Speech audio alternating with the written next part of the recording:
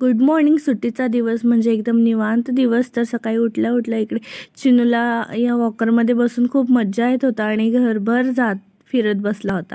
नंतर मग छानपैकी चहा वगैरे बनवला. चहा वगैरे घेतल्यानंतर मी किचनमध्ये जायच्या आधीच तो असं जाऊन छानपैकी खेळत बसला होता भांड्यांसोबत. नंतर मी इकडे फरशी वगैरे पुसत होते तर त्याला ते पकडायचं, पकडापकडी खेळायचे टाईप त्याच्या मागे मागे येत होता.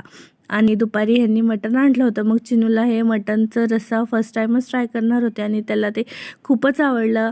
सहसा पाणी पिताना चिनूचे नखरे असतात, आपण पिऊन दाखवल्यावरच तो पण पितो, पण हे रस्सा मात्र तो आवडीने पिला. नंतर आम्ही दुपारी इकडे जेवण वगैरे करत होतो तेवढा तिकडे माझं हे पार्सल रिसीव्ह झालं.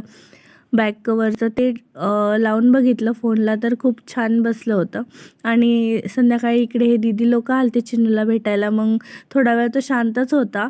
ते आल्यावर नंतर मग थोडीशी ओळख झाली. नंतर मग तो छान खेळू लागला. तर असा होता आजचा दिवस. भेटूया परत. बाय.